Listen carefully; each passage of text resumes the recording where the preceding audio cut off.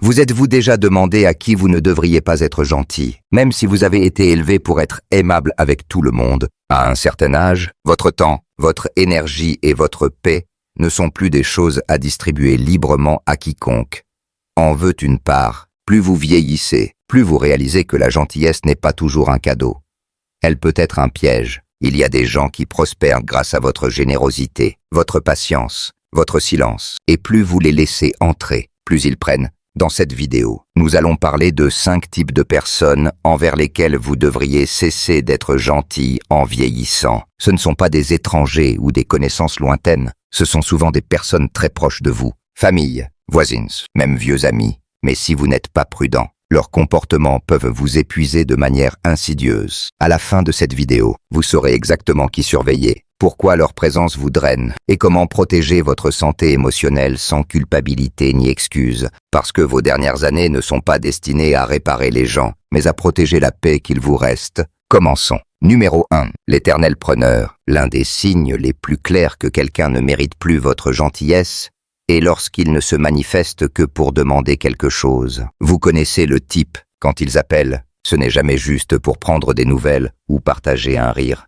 C'est pour demander une faveur. On trajette un prêt, votre temps, et il semble toujours en avoir besoin maintenant. Pensez à quelqu'un comme Gloria, 21 ans, qui a toujours été la personne de référence pour toute sa famille. Besoin d'une babysitter de dernière minute. Appelez Gloria. Besoin de quelqu'un pour garder le chien pendant les vacances. Gloria ne dira pas non. Mais avec le temps, elle a commencé à réaliser quelque chose. Quand son anniversaire arrivait, le téléphone restait silencieux. Quand elle était malade pendant une semaine, personne n'apportait de soupe, ni même n'envoyait un message. C'est là qu'elle a compris. Les relations n'étaient pas réciproques. Elle était toujours celle qui donnait, et le don ne revenait jamais. Il y a une étrange culpabilité que nous portons lorsque nous envisageons de nous éloigner de ces personnes, surtout si elles font partie de la famille. Nous nous disons que se sentir utile est une bonne chose, que dire non est égoïste, que peut-être la prochaine fois ils remarqueront tout ce que nous faisons. Mais voici la vérité. Si quelqu'un ne vous valorise que lorsque vous êtes utile, alors il ne vous valorise pas vraiment.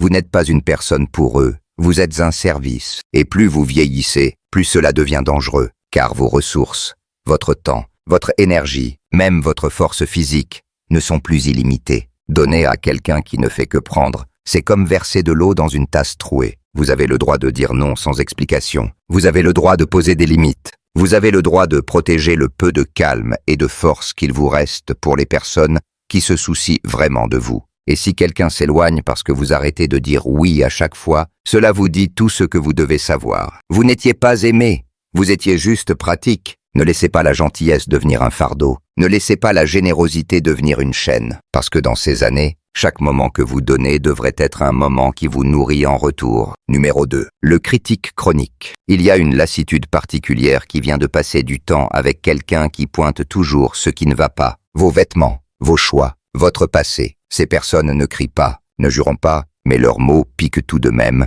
car ils sont délivrés en petites doses régulières. Et avec le temps, ils vous usent. Imaginez quelqu'un comme Raymond, 42 ans, qui rend visite à son cousin tous les dimanches. Il apporte du pain frais, vérifie la maison, essaie de rester connecté. Et chaque fois, son cousin trouve quelque chose à critiquer. Tes cheveux sont différents. Pourquoi as-tu vendu cette vieille chaise? Tu prends toujours les choses trop à cœur. Au début, Raymond souriait, se disant que c'était inoffensif. Mais après des années de ses visites, il a commencé à se sentir plus petit, à douter de ses choix, à perdre la joie qu'il ressentait en montant les marches de ce Porsche. Le danger de la critique chronique ne réside pas dans les mots eux-mêmes, mais dans l'érosion lente de votre confiance en vous. Ces personnes masquent leur cruauté sous prétexte de sollicitude. Elles disent qu'elles sont juste honnêtes, qu'elles veulent vous aider à vous améliorer. Mais ce qu'elles font vraiment, c'est grignoter votre paix. Un commentaire à la fois, et quand vous laissez cela continuer sans contrôle, quelque chose en vous commence à rétrécir. Vous arrêtez de partager. Vous arrêtez d'essayer de nouvelles choses. Vous vous préparez avant chaque conversation,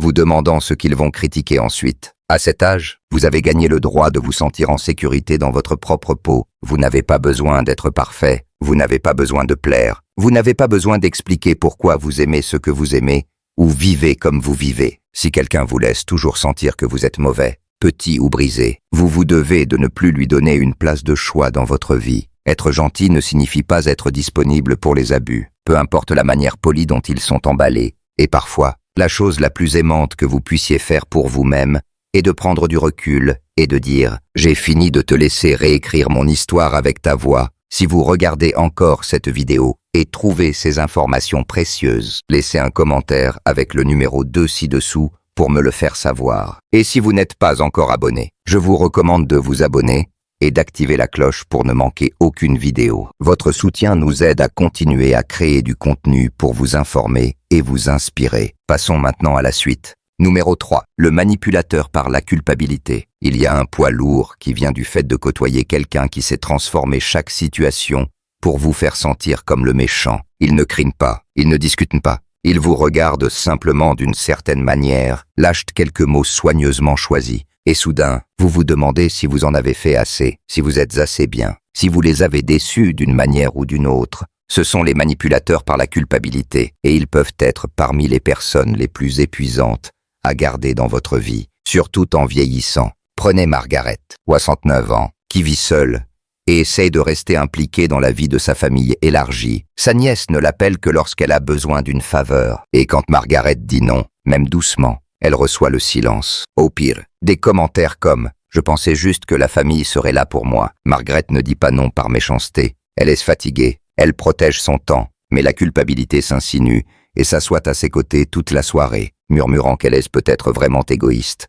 Ce qui rend les manipulateurs par la culpabilité si difficiles, c'est qu'ils utilisent vos meilleures qualités contre vous. Votre loyauté, votre empathie, votre sens du devoir. Ils vous font sentir que prendre du recul est un acte de cruauté, alors qu'en réalité, c'est le seul moyen de survivre. Et avec le temps, leur manipulation émotionnelle devient un schéma difficile à repérer, jusqu'à ce que vous remarquiez que vous vous excusez constamment, que vous surexpliquez, que vous donnez plus que ce qui vous convient, juste pour éviter le silence glacial qui suit toute limite que vous essayez de poser. Voici la vérité. Vous ne devez votre paix à personne. Vous n'avez pas à expliquer chaque non. Vous n'avez pas à échanger votre confort contre leur approbation temporaire. Si quelqu'un ne peut vous aimer que si vous vous pliez en quatre pour eux, ce n'est pas de l'amour, c'est du levier, et vous n'êtes pas un outil. Vous n'êtes pas le gardien des blessures émotionnelles de quelqu'un d'autre, juste parce que vous êtes plus âgé et que vous avez plus de temps. Votre cœur n'est pas un paillasson, et la culpabilité ne devrait jamais être le prix à payer pour dire ce dont vous avez besoin. La prochaine fois que quelqu'un essaie de vous culpabiliser pour avoir tracé une limite, que cela soit votre signal non pas de plier, mais de prendre encore plus de recul. Parce que la paix n'est pas quelque chose que vous demandez,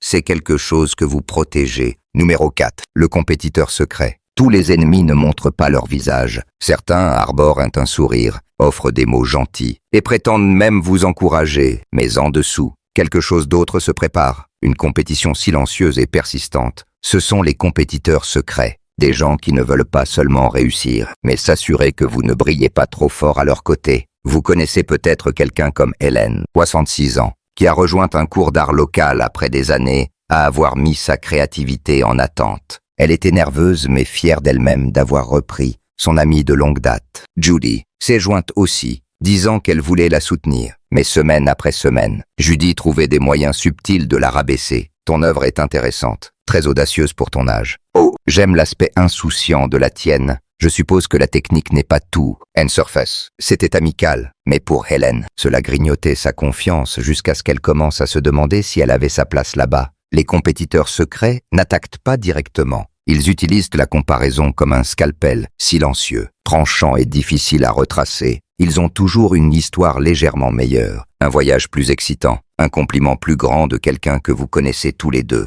Et quand vous êtes autour d'eux, vous ne vous sentez jamais pleinement célébré, juste toléré ou, pire, minimisé. Le danger ici n'est pas seulement ce qu'ils disent, mais comment cela vous fait rétrécir. Vous arrêtez de partager vos réussites, vous remettez en question votre croissance, vous apprenez à atténuer votre lumière pour que la leur semble plus brillante. Et ce n'est pas de l'amitié, c'est de la rivalité déguisée en proximité. En vieillissant, vous n'avez pas besoin de rivaliser avec qui que ce soit. Vous avez survécu à trop de choses, perdu trop, construit trop pour gaspiller de l'énergie dans des comparaisons qui ne vous servent pas. Si quelqu'un autour de vous ne peut pas applaudir quand vous gagnez, ou ne peut applaudir plus fort que lorsqu'il vous a surpassé, prenez du recul. Vous méritez d'être entouré de personnes qui vous donnent l'impression d'un feu chaleureux, pas d'un tableau de score froid. Les vrais amis vous élèvent, célèbrent vos réussites, vous inspirent à continuer, et ne vous font pas vous demander pourquoi vous avez commencé. Et plus vous vieillissez, plus ce type de soutien devient précieux. Si vous regardez encore cette vidéo et trouvez ces informations précieuses, laissez un commentaire avec le numéro 4 ci-dessous pour me le faire savoir. Et si vous n'êtes pas encore abonné, je vous recommande de vous abonner et d'activer la cloche pour ne manquer aucune vidéo. Votre soutien nous aide à continuer à créer du contenu pour vous informer et vous inspirer. Passons maintenant à la suite. Numéro 5. Le manipulateur passif-agressif. Certaines personnes ne crient pas, ne discutent pas, ne confrontent pas. Au lieu de cela, elles maîtrisent l'art du silence, du sarcasme et des pics subtils qui vous laissent vous demander si vous réagissez de manière excessive. Ce sont les manipulateurs passifs-agressifs, et ils sont particulièrement dangereux en vieillissant, car leur comportement peut passer sous votre radar, tout en épuisant discrètement votre esprit. Pensez à quelqu'un comme Harold, à 33 ans, qui vit dans le même quartier depuis des décennies. Son voisin Doug sourit toujours et fait signe de la main. Mais quand Harold mentionne avoir besoin d'aide pour quelque chose de simple, comme déplacer un pot de fleurs ou soulever une boîte lourde, Doug rit et dit des choses comme « On dirait que tu ralentis enfin.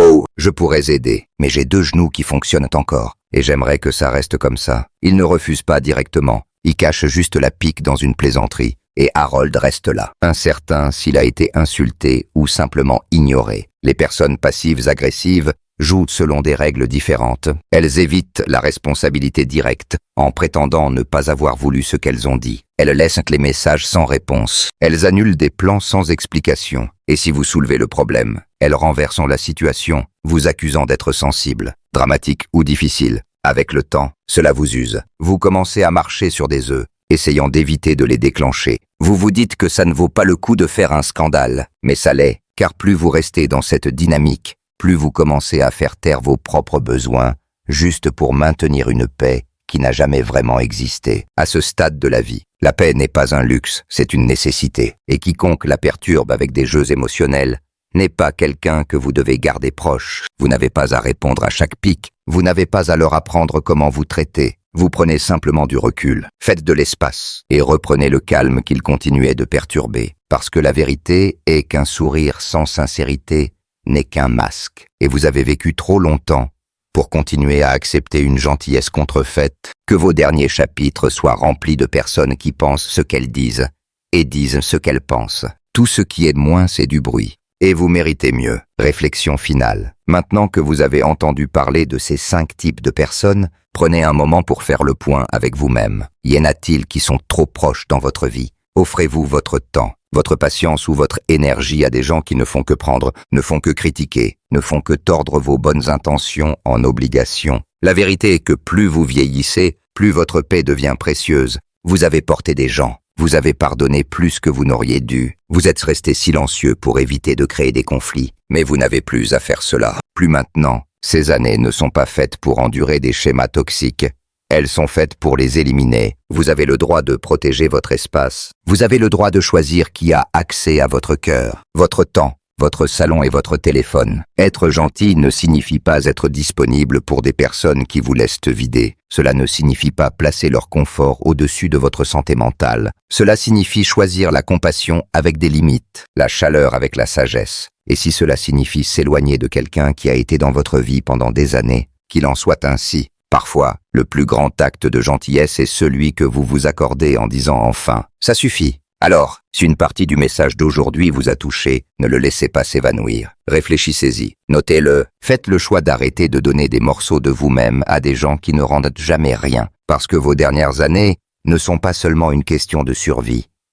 Elles sont une question de guérison, de croissance et de vous entourer de personnes qui vous voient vraiment. Et cela commence par lâcher prise de ceux qui ne l'ont jamais fait. Merci de nous avoir rejoints aujourd'hui. Nous aimerions avoir de vos nouvelles. Laissez un commentaire ci-dessous et partagez une chose que vous avez apprise aujourd'hui et comment vous comptez l'utiliser dans votre vie. Vos pensées sont importantes pour nous, alors n'hésitez pas à les partager. Vos commentaires nous motivent et nous encouragent.